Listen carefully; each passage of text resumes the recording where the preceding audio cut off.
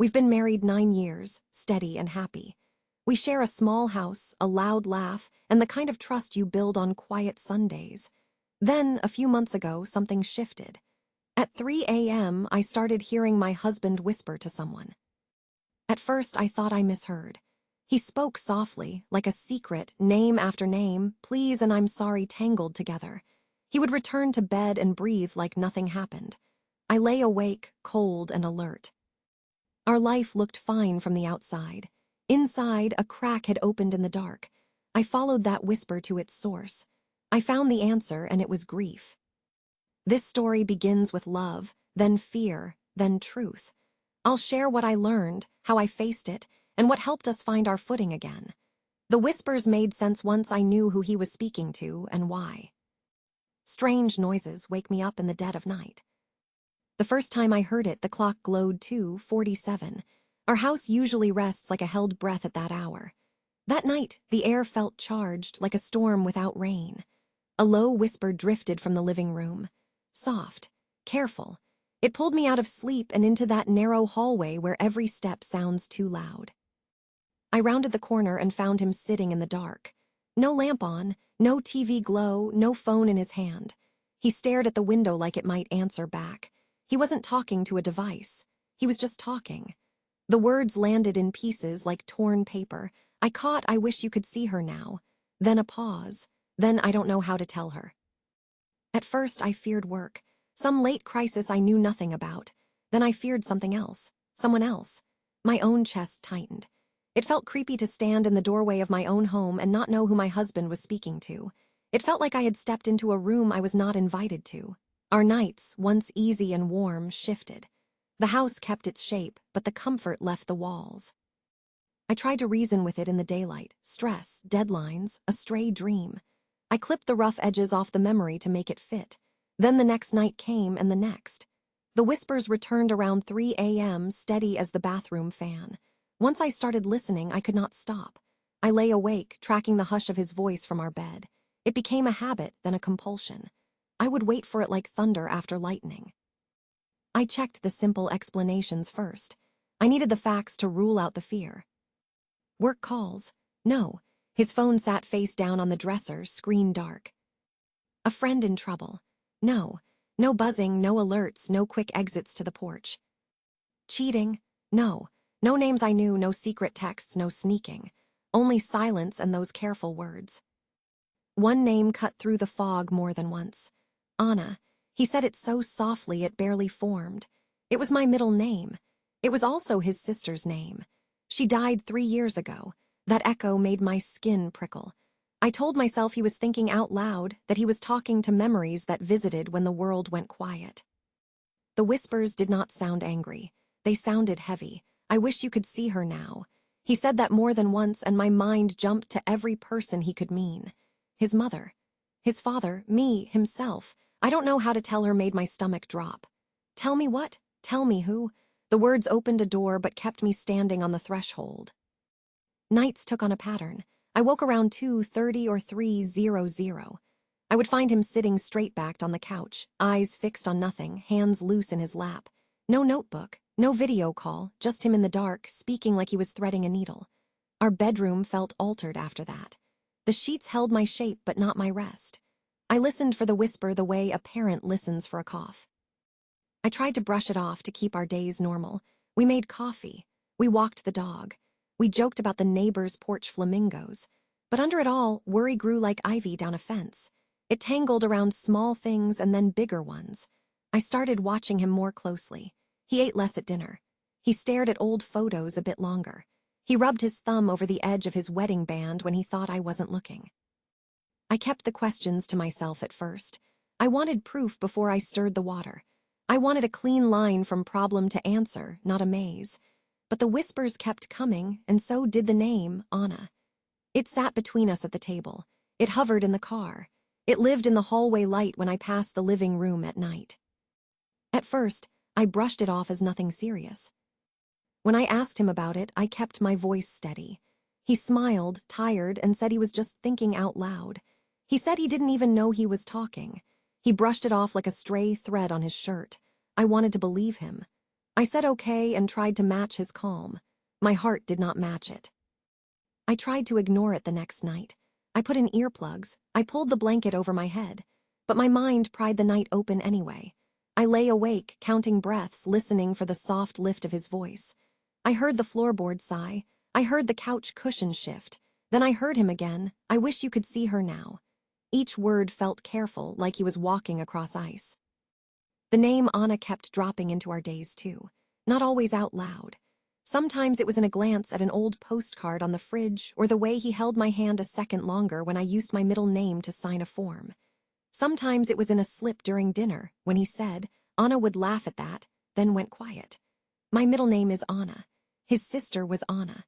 The overlap felt like a knot I could not pull loose.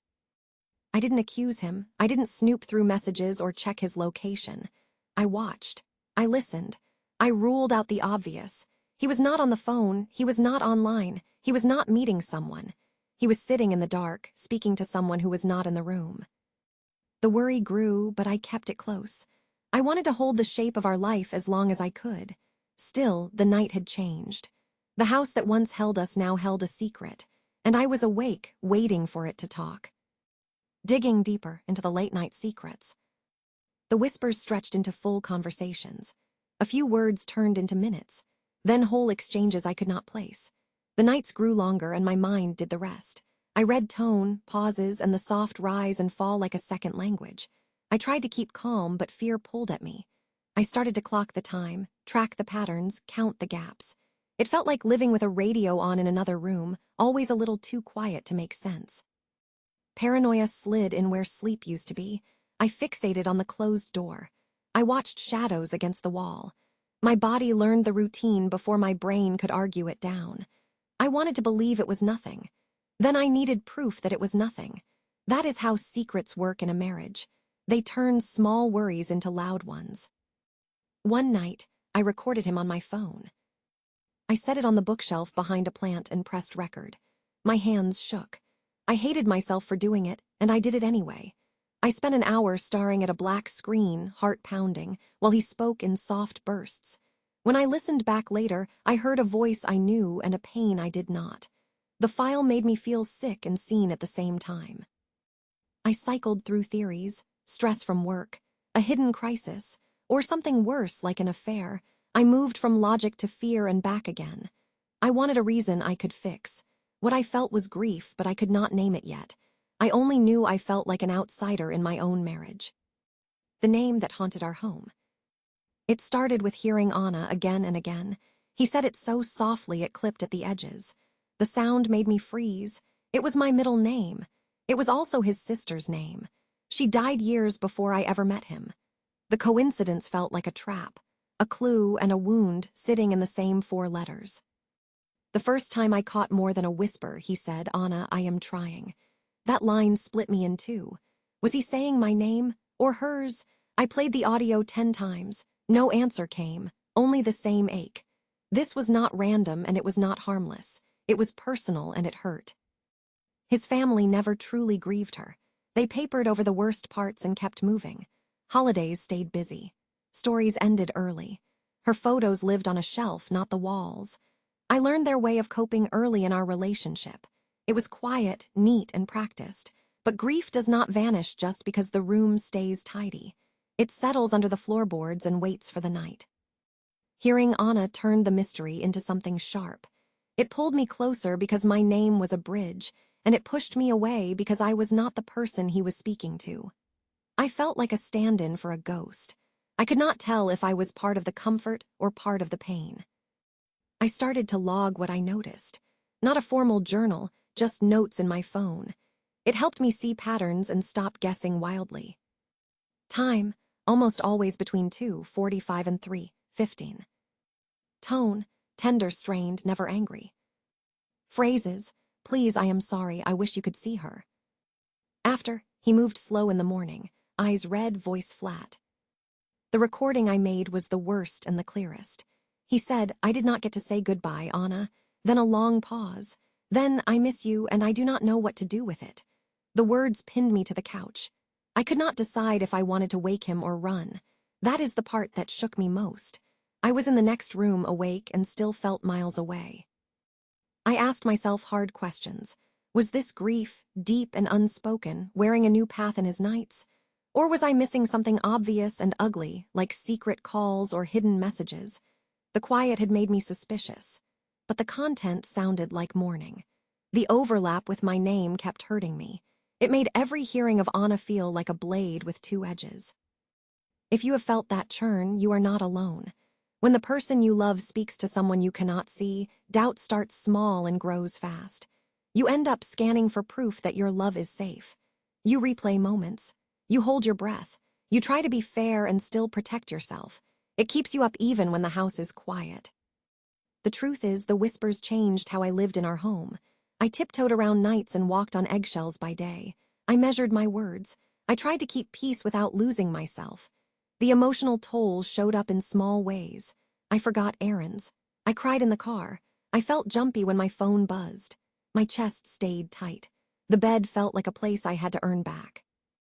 The name Anna became a lit fuse. It held the past and the present in one breath.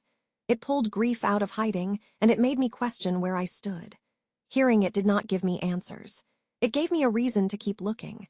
It made the mystery both intimate and painful because the call came from love and it cut right through mine. The night I confronted him, and everything changed. I could not keep listening in the shadows forever. The weight of those nights pressed down until I had to act. One evening, after a quiet dinner where he seemed more distant than usual, I decided it was time. My hands trembled as I pulled out my phone and hit play on the recording. We sat on the couch, the living room lamp casting a warm glow that felt out of place. His face shifted from confusion to shock as his own voice filled the room.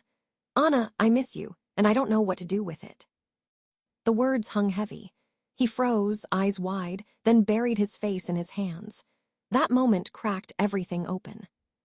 The air turned thick with unspoken pain. He started to sob, deep and ragged, like something long buried had clawed its way out. I moved closer, my arm around his shoulders, but part of me stayed back, still guarding my heart. When he finally looked up, tears streaked his cheeks. He admitted it all in a rush. He had been talking to his sister, Anna, every night. Her death 3 years ago hit him hard, but his family pushed through without pause. No long talks, no time to cry. They boxed up her things and kept the days moving. Now, in the quiet hours, the grief surfaced like a tide he could not hold back. His tears revealed a hidden pain. His breakdown came in waves that night. He wiped his eyes and spoke through choked breaths. "I'm not broken, I just miss her." Those words hit me square in the chest. He explained how the whispers started small, a way to say the goodbyes he never got. Her car accident took her too fast, and the family acted like strength meant silence. They gathered for meals, shared old jokes, but no one named the empty chair at the table. He carried that alone, until the nights brought her back in his mind. I felt a rush of relief wash over me. This was not betrayal or some dark secret. It was grief, raw and unhealed, spilling out when the world slept. Yet concern twisted inside me too. I believed him every word, but I worried about the depth of it. How long had he hidden this hurt? Would it pull him under if we did not face it head on? He saw the questions in my eyes and shook his head. "Therapy? No, we don't do that in my family. It's just something I have to get through." His refusal stung. I pushed gently, suggesting we talk to someone together, but he shut down fast. The idea scared him, like admitting weakness would break what little control he held. That conflict churned in me as we sat there. Part of me wanted to fix it right then, to drag him to help and mend the cracks. Another part ached for his pain, understanding how families sometimes bury loss to survive. His sobs softened into quiet stories about Anna, the sister he lost before we met. She loved bad puns and late-night drives. He missed her laugh in our home. Hearing him open up turned my fear into empathy. The whispers made sense now, a bridge to the past he never crossed. Still, the night left me torn. Relief came from knowing the truth, but worry lingered about what came next. Grief like his does not fade with one talk. It shifts and reshapes, demanding space. I held him close, feeling the weight we would share from here. In that moment, our marriage felt fragile yet stronger, built on honesty we had almost lost. Understanding his hidden pain opened a door, one we would walk through together, step by careful step. What unresolved grief looks like in real life. Grief does not always shout. It often whispers, just like my husband did in those dark hours. Unresolved grief hides in plain sight, shaping daily life in ways that feel off but hard to name. In our story, those midnight talks revealed a pain that never fully healed. It showed up not as big breakdowns, but as quiet struggles that pulled him away from us. Recognizing these patterns helped me see his whispers for what they were, a cry from a wound that time alone could not close. Signs that grief hasn't healed. Unresolved grief lingers like a shadow you cannot shake. Adults often carry it without fanfare, but the clues build up. One clear sign is rumination, where thoughts loop endlessly on the loss. My husband replayed his sister's death in his mind, night after night. Those whispers became his way to voice the what-ifs and regrets he buried during the day. Another marker is avoidance of memories. People dodge places, songs, or talks tied to the loved one. In our home, he skipped family photos or stories about Anna. Yet at 3 a.m., the avoidance cracked. He spoke to her directly, a sign of deep yearning mixed with denial. Physical tolls hit hard too. Poor sleep tops the list, with fatigue dragging through days. He woke exhausted, eyes heavy, his energy sapped. Other body signals include tight chests, headaches, or lost appetite. These mimic stress but stem from bottled sorrow. Anger flares or numbness can weave in, turning small frustrations into outbursts or emotional flatness. He snapped at minor things, then withdrew. Numbness kept him distant at dinner, like part of him stayed in the past. These feel normal in grief's early waves, but when they stick years later, they signal a need for care. In adults, this mix disrupts work, friendships, and yes, marriages. It erodes trust, leaving partners like me wondering where the connection went. Spotting these early opens the door to healing, before the whispers turn into silence. Why grief hits hard years later. Grief can sleep for years, then wake with force. Delayed grief often stirs from triggers like life shifts, a new job, a milestone, or even a stable marriage. For us, our quiet life together might have loosened the guardrails. With no daily chaos to distract, old pain bubbled up. His whispers marked that shift, a sudden flood of sorrow from a loss he thought he had outrun. Research shows this as complicated grief, distinct from normal mourning. Normal grief eases over months, you accept the loss and rebuild. Complicated grief clings with intense sorrow that lasts over a year. It brings disbelief about the death, constant yearning, and trouble trusting bonds. Studies from places like the Mayo Clinic note how it disrupts identity, making you feel part of yourself died too. My husband fit this. He avoided full goodbyes, so the pain echoed in isolation and guilt. Families that hush emotions fuel this delay. His clan pushed forward fast after Anna's accident, no space for tears. That suppression stored the grief common in tight-knit groups where strength means silence. Triggers like anniversaries or our growing family life pulled it out. In marriages, it strains ties by breeding withdrawal or resentment. Partners feel shut out, intimacy fades. Yet facing it together as we started to rebuilds stronger. If your home holds old losses, watch for these echoes. They remind us grief demands voice, not just time. Supporting my husband through this ghost from the past. Facing my husband's grief feels like walking beside a shadow that pulls at him in the quiet hours. I love him deeply, yet this ghost from his past stirs fears I never expected. It scares me to see him wrestle with pain that keeps him up at night, whispering to his lost sister Anna. But in sharing this, our bond grows stronger. Honesty pulls us closer, turning raw moments into steps forward. I stand firm in my resolve to help him heal, not just for him, but for us. Balancing love and concern in our marriage. Every day brings a mix of love and worry that tests our marriage. The whispers still echo in my mind, making me jolt awake even on calm nights. I fear this grief might tip into depression, or something deeper that steals more of him from me. His eyes look distant at breakfast, and his laugh comes slower. It hurts to watch, like seeing a storm cloud over the man I married. Yet these scares push us to talk more openly. We share honest words now, and that honesty builds trust we almost lost. His resistance to therapy stings the most. I nudge him gently, suggesting we see a counselor together to unpack this pain. It could help us both, I say, holding his hand. He pulls back, shakes his head, and mutters about not needing outside help. His family taught him to handle loss alone, and old habits die hard. I worry it keeps him stuck, but I respect his pace. Pushing too hard might close him off again. Instead, we take small steps that feel right for us. We started with open talks about Anna over coffee in the mornings. He shares stories of her wild spirit, like the time she convinced him to skip school for a beach day. I listen, nod, and add my own memories of hearing about her from him early in our dating days. These chats ease the weight on his shoulders. They remind me she's part of him, not a rival stealing my place. Sharing her life honors her and draws us nearer.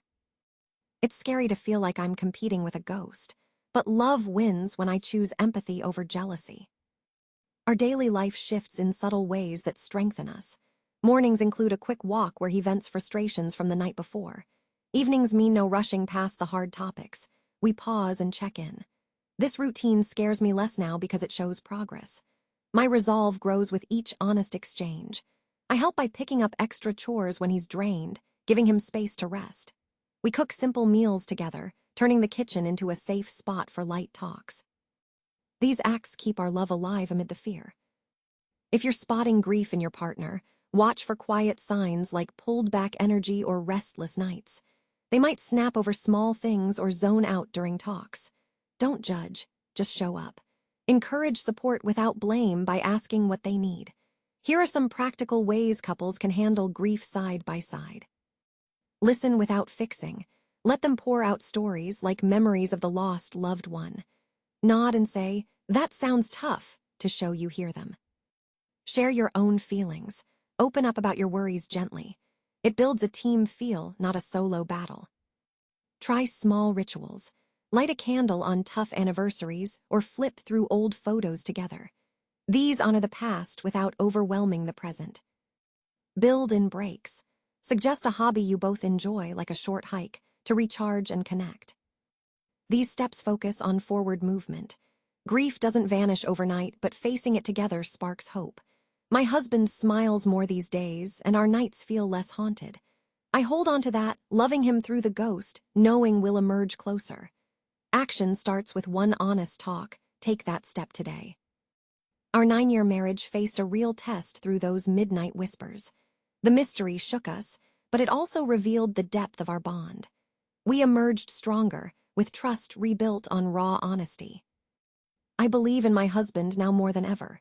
He carries grief with quiet strength, and we take steps forward together. We talk openly each day, share stories of Anna, and explore gentle ways to heal, like walks and shared memories. These small acts light the path ahead. Grief whispers in many homes, but ignoring it only makes the shadows grow. Talk to your partner without delay. Seek help through therapy or support groups if pain lingers. Spot the signs early, like restless nights or distant eyes, and act with care. This story ends with hope, not just resolution. The 3 a.m. whispers led to understanding and closeness we cherish. You can find that too. Share your own experiences in the comments below. Let's build a space where no one faces grief alone.